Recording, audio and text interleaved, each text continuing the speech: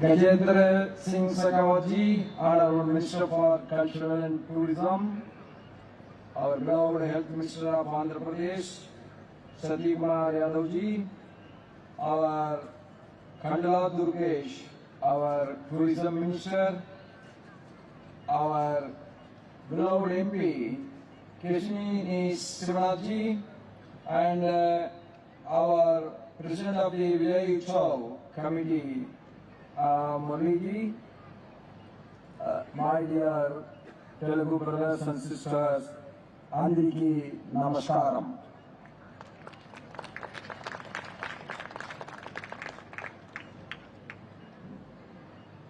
Our national poet Bharati, though he has hailed from Tamil Nadu, when he was in his poem he has said, செப்புமொழி 18 எனினும் சிந்தனை ஒன்றுடையால் என்று சொன்னார். We may be having and we may be speaking 18 different languages, but our thinking and dharma is always one. When he was talking about Telugu in his poem, he has prized Telugu like anything. He said, சுந்தர தெலுங்கினில் பாட்டிசைக்கு என்று சொன்னார். ஏன் தெலுங்கை மட்டும் அவன் சுந்தர தெலுங்கு என்று சொன்னான் என்று சொன்னால், the reason is why he has said that while telling about Telugu as Sundara Telugu, that is, Telugu itself is musical. It is melodious. It is sweet. That is the reason he has said that in his poem. And today we are celebrating the great festival of our culture, representing our culture, Vijayawada Utsav 2025. And as it was mentioned by our MP, that it is taking place in 5 places of Vijayawada, and this is the single largest festival in the world. And I wish this festival to be continued for another 100 years or more. And it will grow and grow. It will link the people together. Yes, it is linking all of us today. And this, we had a wonderful day. What a day today. We always worship Goddess. Navaratri is for Goddess. Navaratri, we are celebrating so many festivals all over the country. But Navaratri is the most important festival, and this is the only festival we are celebrating for 9 continuous days. That is the greatness of it. Everybody is talking about equal right to woman, equal right to woman, equal right to woman. Navaratri is representing no equal right to woman, but women are more important than the men. That is what is 9 days has been allocated for goddess, not for God. These are only one day. Any other festival you take, 1 day, 2 days, 3 days maximum. 9 consecutive days, for all the 9 days we are worshipping only the goddess. That is the importance of society and culture and heritage has given to the woman. Man is important means woman is the most important. And I got the honor and the privilege for me to have the darshan of Kanaka goddess, and today she is in the Alangar of Annapurni. Annapurni is giving everything for the hungry people. There cannot be any sacred act than serving the food to the poor. That is the greatness of today. That is the Puja of today. That we worship God Annapurni, that you must give the strength for us so that we feed the poor forever without any hesitation. as long as we live. That is the prayer today. And we all know Vijayawada is one of the hottest place in the country. But the people of Vijayawada is the coolest people in the country. That has to be appreciated.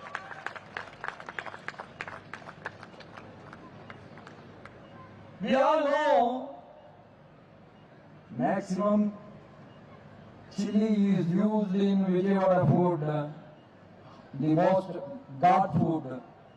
But the people of Vijayawada is always affectionate and they love everybody. That is the real culture of Vijayawada, and I wish that Vijayawada is the most fast developing and the most fastest growing city in the country, that one day Vijayawada is going to be one of the marvelous city of Bharat. And Andhra Pradesh is always the fertile land, hard working and feeding the food for the entire country. And our farmers, agriculturists of Andhra Pradesh are tireless working culture they have, and they are producing the rice for not only Andhra Pradesh, for the entire country. And I am sure Andhra Pradesh in the recent year has made significant strides in education, healthcare, infrastructure, development, public welfare, planned urbanization, and the most importantly, the economic growth of Andhra Pradesh is the most fastest and highest in the country today. And I wish you all Andhra Pradesh people, the day will come that Vikshit Andhra Pradesh is not a dream but a reality. Today Andhra Pradesh is mainly focusing on the women's empowerment, healthcare and their education. And Andhra Pradesh is emerging as a hub for the technology and innovation, with the information technology and biotechnology sectors showing the rapid growth in the most modern scientific economy, and it is competing with the world. You go to America, the more NRIs are from which state, you can easily find that is from Andhra Pradesh. And the American economy is dominated by the Andhra Pradesh entrepreneurs. State's achievement in tourism. When our MP was eagerly telling me when I was coming, he was eagerly telling me, sir, we are taking this festival as a spiritual tourism has to develop and we will attain it. And I am very glad that after assuming the office of the Vice President, my first ever visit outside Delhi is Vijayawada. And the goddess I worshipped is Kanaka. And I am with you. This is my very first public address. And after I am assuming as the Vice President of the country, that I am honored today to share this good evening with all of you, the pleasant evening. It is going to be a memorable one because this is the very first Vijayawada show, and this is going to make a big pride for the entire. आप देख रहे थे उपराष्ट्रपति CP Radhakrishnan को विजयवाड़ा उत्सव में, और इस समय सीधे लिए चलते हैं भाजपा की प्रेस वार्ता के लिए, जहां संबित पात्रा प्रेस को संबोधित कर रहे हैं। सोचिए कि नेहरू जी से राजीव गांधी तक कांग्रेस पार्टी का जो सफर रहा है, उस सफर का अगर हम इतिहास देखेंगे, ओबीसी को लेकर, रिजर्वेशन को लेकर किस प्रकार की मानसिकता कांग्रेस पार्टी की रही थी, तो मैं डेट देना चाहूंगा। 6 सितंबर 1990 में राहुल गांधी जी के पिताश्री राजीव गांधी जी ने अपने जीवन काल का सबसे लंबा भाषण पार्लियामेंट के अंदर रिजर्वेशन के खिलाफ दिया था। रिजर्वेशन के खिलाफ उन्होंने उस समय तत्कालीन प्रधानमंत्री वीपी सिंह जी द्वारा लाए गए मंडल कमीशन के रिकमेंडेशन पर भाषण देते हुए कहा था कि यदि 27% रिजर्वेशन, 27% रिजर्वेशन ओबीसीज को मिलता है तो देश की स्थिति क्या होगी, आप चिंता करके देखिएगा। देश के हालात खराब हो जाएंगे। टैलेंट कॉम्प्रोमाइज हो जाएगा और हमें एक कास्टलेस सोसाइटी की तरफ जाना चाहिए, हमें कास्ट को बढ़ावा नहीं देना चाहिए। उन्होंने उस समय स्पष्ट रूप से ओबीसी के रिजर्वेशन के खिलाफ अपना मंतव्य रखा था, अपना भाषण दिया था। उस समय पिताजी ने ओबीसी के खिलाफ कहा और आज नेपो किड एक अलग ही अंदाज में ओबीसी के पक्ष में कह रहे हैं। ये वही लोग हैं, सोनिया जी तक शासन चला, मनमोहन जी तो प्राइम मिनिस्टर थे, मगर बागडोर जो है वो सोनिया जी के हाथों में था।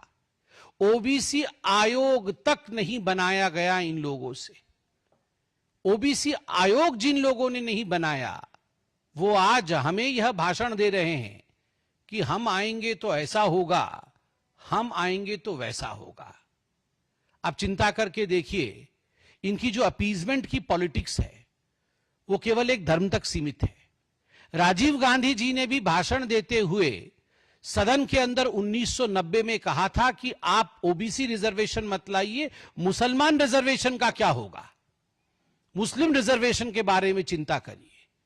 आज भी राहुल गांधी जी ने मुस्लिम रिजर्वेशन के बारे में बोला है। कर्नाटक के अंदर ये जो कास्ट सेंसस की बात हो रही है, कास्ट सेंसस नरेंद्र मोदी जी ने इसे स्थापित किया है, नरेंद्र मोदी जी ने डिक्लेयर किया है। हमारे देश के OBC prime minister Narendra Modi ji ने कास्ट सेंसस होगा इसका कुछ दिनों पहले ऐलान भी किया, पार्लियामेंट में यह घोषित हुआ। मगर कर्नाटक के अंदर जहां कास्ट सेंसस चलने की बात हुई थी, अभी तक उसके नतीजे क्यों नहीं आ पाए? क्यों दोबारा कास्ट सेंसस करना पड़ा? क्यों कांग्रेस के अंदर भी एक चुप्पी छाई हुई है? क्यों कांग्रेस के अंदर भी कहीं ना कहीं कर्नाटक में सुगबुगाहट है? क्या कारण रहा है कि कास्ट सेंसस के माध्यम से भी कर्नाटक में कांग्रेस पार्टी माइनॉरिटी अपीजमेंट में लगी हुई है? आप देखिए, कुर्बा क्रिश्चियन, ब्राह्मण क्रिश्चियन, वोकलिंगा क्रिश्चियन, ऐसा कास्ट आपने सुना है क्या कहीं? 26 ऐसे कास्ट उन्होंने कर्नाटक में बनाए हैं जिसके माध्यम से जिनको रिजर्वेशन मिलना चाहिए उनका हक छीन करके किस प्रकार से धार्मिक तुष्टीकरण किया जा सके, किस प्रकार रिलीजियस अपीजमेंट किया जा सके, उस दिशा में कांग्रेस बढ़ रही है कर्नाटक में।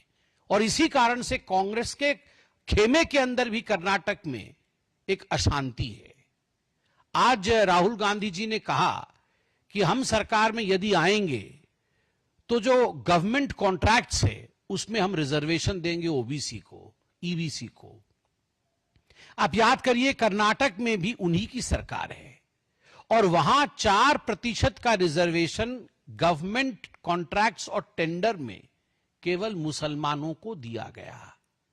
इस पर भी भारतीय जनता पार्टी ने अपना पक्ष रखा था कि यह घोर तुष्टीकरण का मामला है, तो स्वाभाविक रूप से यह जो आज आपको लॉलीपॉप दिखा रहे हैं, दरअसल यह अपीजमेंट के पीछे की पटकथा तैयार हो रही है।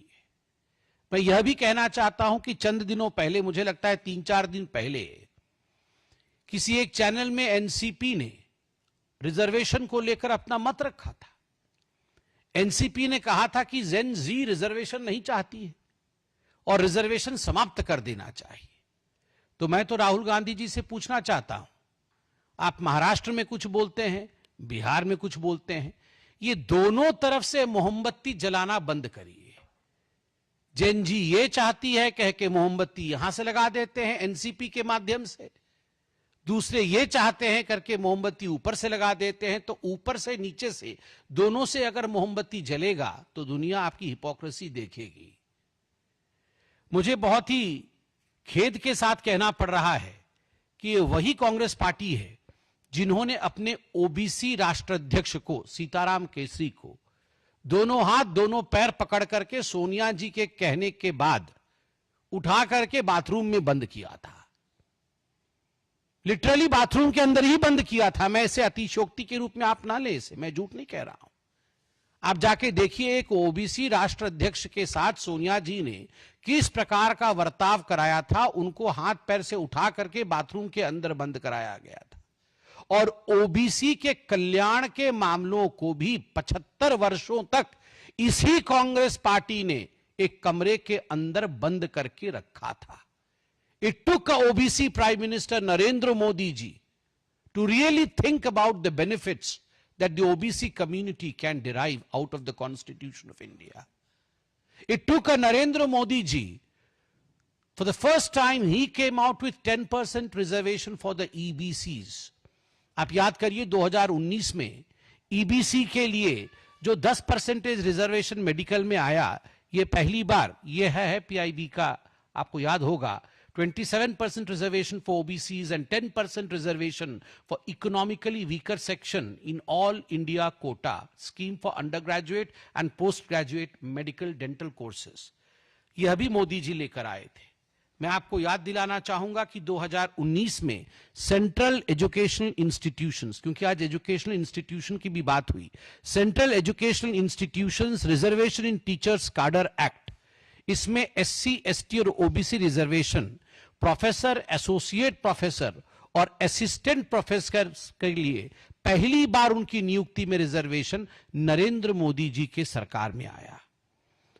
और आज तो मुझे बड़ा आश्चर्य हुआ, राहुल गांधी कह रहे थे कि देख रहे हैं ना यूपी में क्या हो रहा है, जात की आधार पे आपको प्रोटेस्ट करने नहीं दिया जाएगा यूपी में। मुझे तो समझ में नहीं आ रहा है, पिताजी आपके कास्टलेस सोसाइटी चाहते हैं और आप यहां कह रहे हैं जात के आधार पर प्रोटेस्ट होने चाहिए। देश में प्रोटेस्ट क्यों होने चाहिए? अगर देश में संविधान के राज के अंतर्गत गरीबों को अपना हक मिल रहा है, तो इस प्रकार से जो भड़काने वाले बयान आप राहुल गांधी दे रहे हैं, कभी हाइड्रोजन बॉम्ब और आज यूरेनियम बॉम्ब भी जुड़ गया है, मुझे लगता है इस प्रकार के बयानों से उन्हें बचना चाहिए। और कोशिश चाहे कितनी भी कर ले, नेपो किड्स ही रहेंगे, कोई भी जनरेशन उन्हें पसंद नहीं करेगा। बहुत बहुत धन्यवाद। कोई प्रश्न हो तो अवश्य पूछे।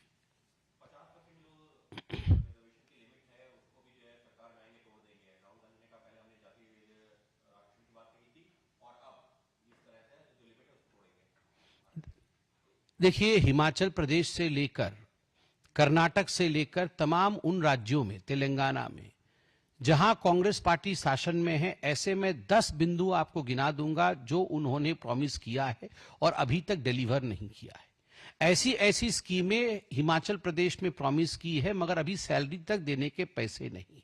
और जहां तक सीलिंग तोड़ने का विषय है रिजर्वेशन का, यह विषय पॉलिटिशियंस का है ही नहीं, यह विषय तो पार्लियामेंट से बाहर कोर्ट का विषय है।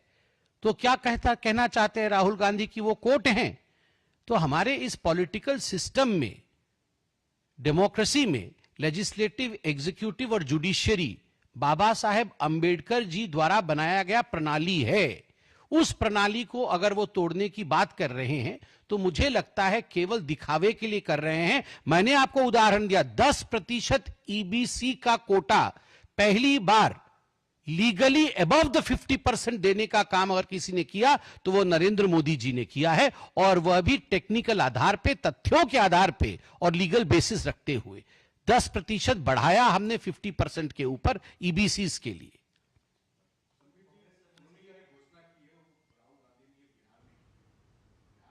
सीधा प्रसारण आप देख रहे थे भाजपा मुख्यालय से। भाजपा के प्रवक्ता संबित पात्रा प्रेस कॉन्फ्रेंस करके खासतौर पर कांग्रेस पर हमला बोल रहे हैं, और मामला यह है अल्पसंख्यक तुष्टीकरण का, जो कि भारतीय जनता पार्टी का कहना है कि OBC के आरक्षण को लेकर अल्पसंख्यक तुष्टीकरण के तहत उनको दूसरी जगह पर दिया जा रहा है। और ताजा मामला कर्नाटक का है, जहां पर कि अल्पसंख्यकों के कई वर्गों को OBC की लिस्ट में शामिल किया गया था सिद्धारमैया सरकार के द्वारा। इसी पर विवाद हुआ है। फिलहाल वक्त है एक ब्रेक का, ब्रेक के बाद लौटेंगे तो देखेंगे कुछ और खबरें।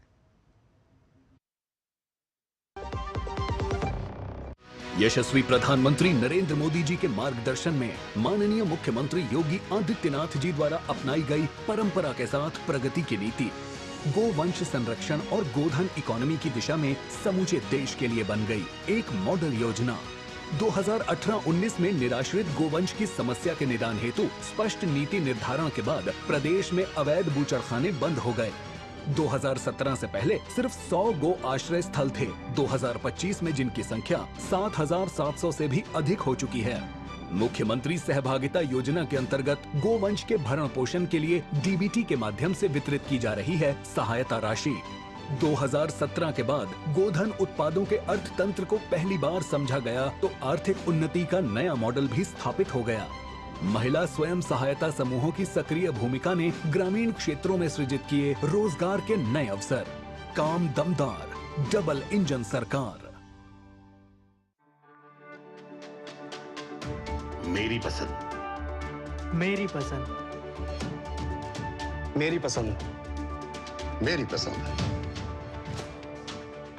हमारी पसंद, हम सबकी पसंद।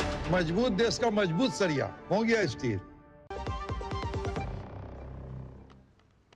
स्वागत है। ब्रेक के बाद आप देख रहे हैं डीडी न्यूज। आज की कुछ और बड़ी खबरों में बात कैबिनेट के बड़े फैसले की। प्रधानमंत्री नरेंद्र मोदी की अध्यक्षता में समुद्री क्षेत्र के सामरिक और आर्थिक महत्व को स्वीकार करते हुए केंद्रीय मंत्रिमंडल ने आज भारत के जहाज निर्माण और समुद्री इकोसिस्टम को पुनर्जीवित करने के लिए 69,725 करोड़ रुपए के एक व्यापक पैकेज को मंजूरी दे दी।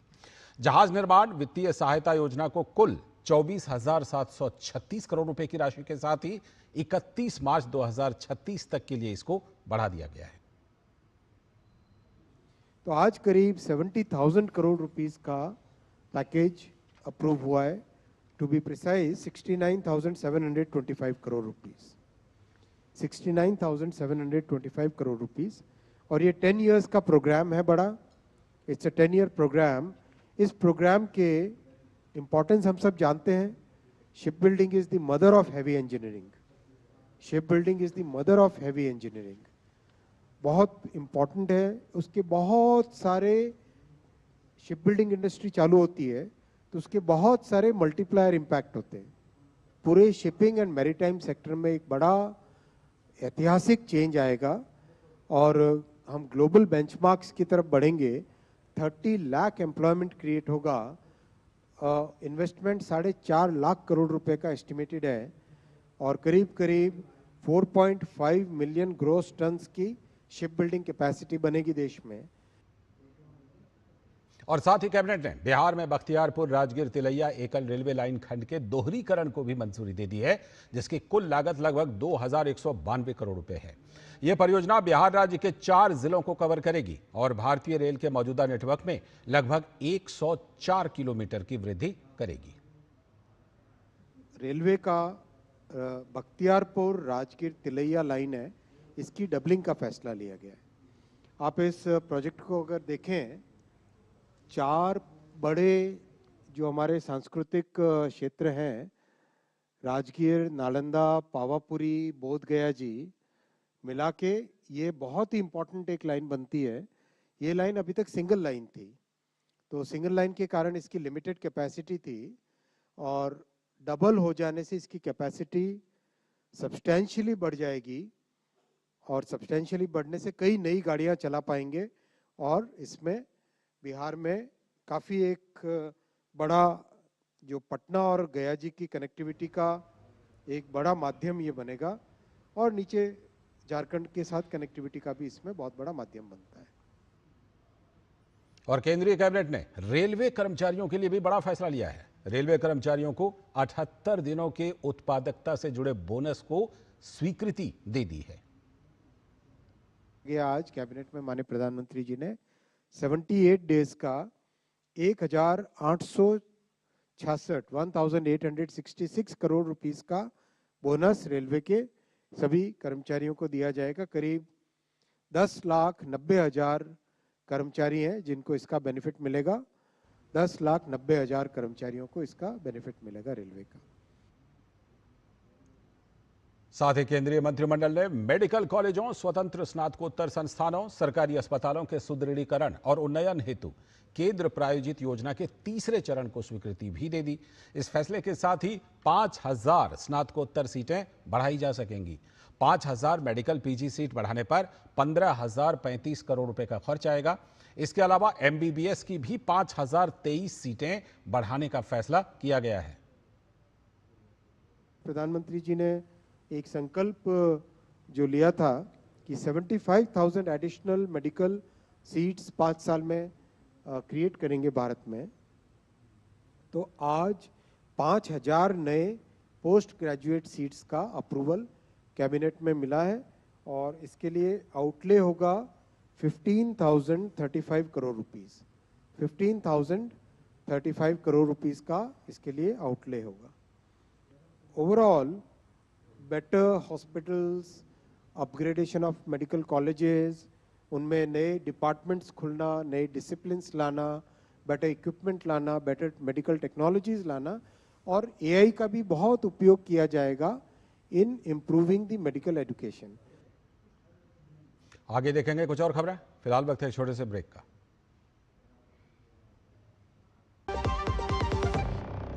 जब धरती चीर कर निकलता है लोहे का पत्थर और मिलता है मोंगिया के जोश से, फिर तपता है, पिघलता है और बनता है फौलाद। अब होता है सरिया सारी खूबियों के साथ। मोंगिया स्टील, मजबूत देश का मजबूत सरिया। स्वागत है ब्रेक के बाद। आगे की खबरों में आर्थिक सहयोग और विकास संगठन ने भारत की तेज आर्थिक रफ्तार पर मुहर लगा दी है।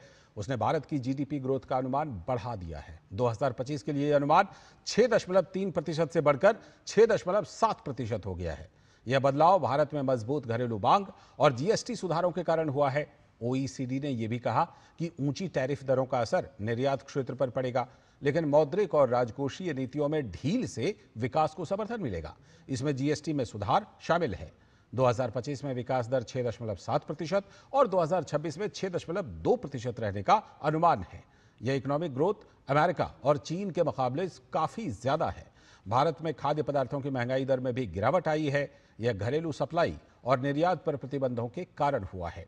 ओईसीडी ने कहा कि भारत की जीडीपी अप्रैल-जून की अवधि में 7.8% बढ़ी है, जो पिछले 5 तिमाहियों में सबसे ज्यादा है। खपत को बढ़ावा देने के लिए जीएसटी परिषद ने 2 स्लैब संरचनाओं को मंजूरी दी है। इससे घरेलू वस्तुओं पर टैक्स की दरें कम होंगी। ओईसीडी ने 2025 के लिए ग्लोबल ग्रोथ का अनुमान भी जारी किया है। वैश्विक आर्थिक विकास अब थोड़ा धीमा होने की उम्मीद है। यह पिछले साल के 3.3% से घटकर 2025 में 3.2% हो जाएगा।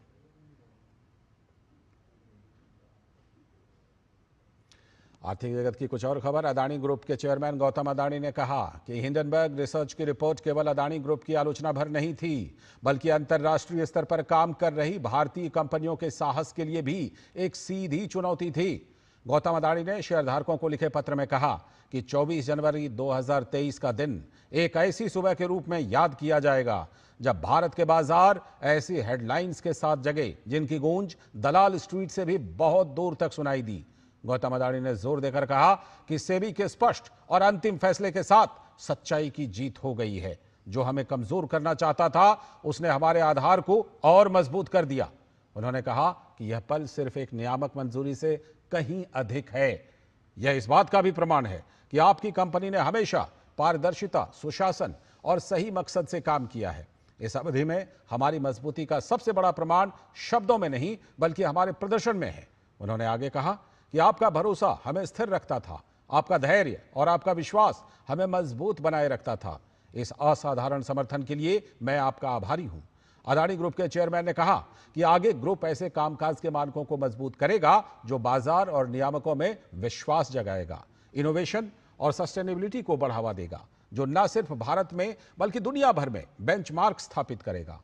हम देश के विकास पर और अधिक ध्यान देंगे और भारत की लंबी अवधि की ग्रोथ स्टोरी को आगे बढ़ाने वाले इंफ्रास्ट्रक्चर में निवेश करेंगे।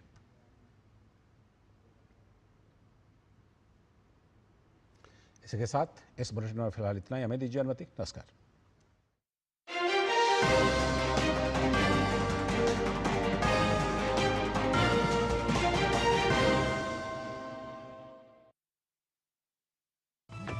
मन की बात है जन जन की, संघर्षों के कुछ किस्से, कहानी कुछ सफलताओं की, अनकही विरासत की, उम्मीदें नए भारत की। महीने के आखिरी रविवार का रहता है इंतजार तक। मलयाचल के आंचल से विंध्याचल के आंगन तक, ब्रह्मपुत्र के घाट से हिमालय के विस्तार तक होती है मन की बात प्रधानमंत्री। इसके कई फोटो सामने आए हैं। आप देख सकते हैं ये आप अपने हाथ में हथियार लिए बीजेपी की दफ्तर की तरफ भी बढ़ रहे हैं। आप देख सकते हैं किस प्रकार से ये मॉब को इंस्टिगेट कर रहे हैं एंड वो वायलेंस बीजेपी की दफ्तर की तरफ टारगेट कर रहे हैं। उसका क्लियर वीडियो भी सामने आया है और उस वीडियो को भारतीय जनता पार्टी ने भी पोस्ट किया है। अब आप देख सकते हैं कि वही काउंसलर स्टानजिंग सेपांग राहुल गांधी जी के साथ है। यह जो तस्वीर है ये राहुल गांधी है, ये स्टानजिंग सेपांग हैं जो अपर ले वार्ड से काउंसलर है कांग्रेस पार्टी के, जिन्होंने आज प्रदर्शन को भड़काने का काम किया, उसे हिंसक बनाने का काम किया। एक बात आप याद रखिए, Congress party has nefarious designs. Congress party का जो षड्यंत्र है, किस प्रकार से भारत तेरे टुकड़े होंगे इंशा अल्लाह, यही कांग्रेस पार्टी का मुख्य लाइन है। यह कोई आज से नहीं है, यह जॉर्ज सोरोस के साथ करके राहुल गांधी जी का प्लान है कि जनता के माध्यम से हम जीत नहीं सकते हैं, इसलिए देश को तोड़ने का काम करते हैं। जो बांग्लादेश में हुआ, जो नेपाल में हुआ, जो अभी फिलीपींस में हो रहा है, उस प्रकार की परिस्थिति को देश में किस प्रकार से लाया जाए, उसके लिए बार बार राहुल गांधी भड़काने का काम कर रहे हैं। ये किस प्रकार का नेतृत्व है कांग्रेस पार्टी का? क्या चाहती है कांग्रेस पार्टी? मगर एक बात कान खोल के कांग्रेस पार्टी भी सुन ले, एक बात कान खोल के राहुल गांधी सुन ले, ये हिंदुस्तान है, ये भारतवर्ष है, हजारों वर्ष की सिविलाइजेशन है ये। यहां के लोगों में सोच की क्षमता है, क्या अच्छा है और क्या बुरा है उसके बीच में पार्थक्यता देखने की क्षमता है यहां के नागरिकों में। यहां के लोग जानते हैं कि उनके प्रधानमंत्री, उनकी ये सरकार, मोदी जी की सरकार उनके लिए क्या कर रही है, क्या परिस्थिति थी 2014 से पहले और आज भारतवर्ष की क्या परिस्थिति है, यह जनता जानती है। आज पूरे विश्व में हम एक ब्राइट स्पॉट हैं। बड़े से बड़ा लीडर विश्व का आज भारत का लोहा मानता है। 7.8% ग्रोथ रेट में हम बढ़ रहे हैं। आज जहां पूरे विश्व में एक मंदी छाया हुआ है, वहीं जीएसटी के रिडक्शन के कारण, कमी के कारण जीएसटी टैक्स में एक फेस्टिव एनवायरनमेंट, एक त्योहार सा वातावरण पूरे देश में है। वहीं कुछ लोग इस प्रकार की हिंसा के साथ लेने की कोशिश कर रहे हैं। तो हम उनको इतना बताना चाहेंगे कि जनता है, सब जानती है। अगर देश को तोड़ने की कोशिश करोगे तो देश जवाब भी देना जानता है, जनता जवाब भी देगी।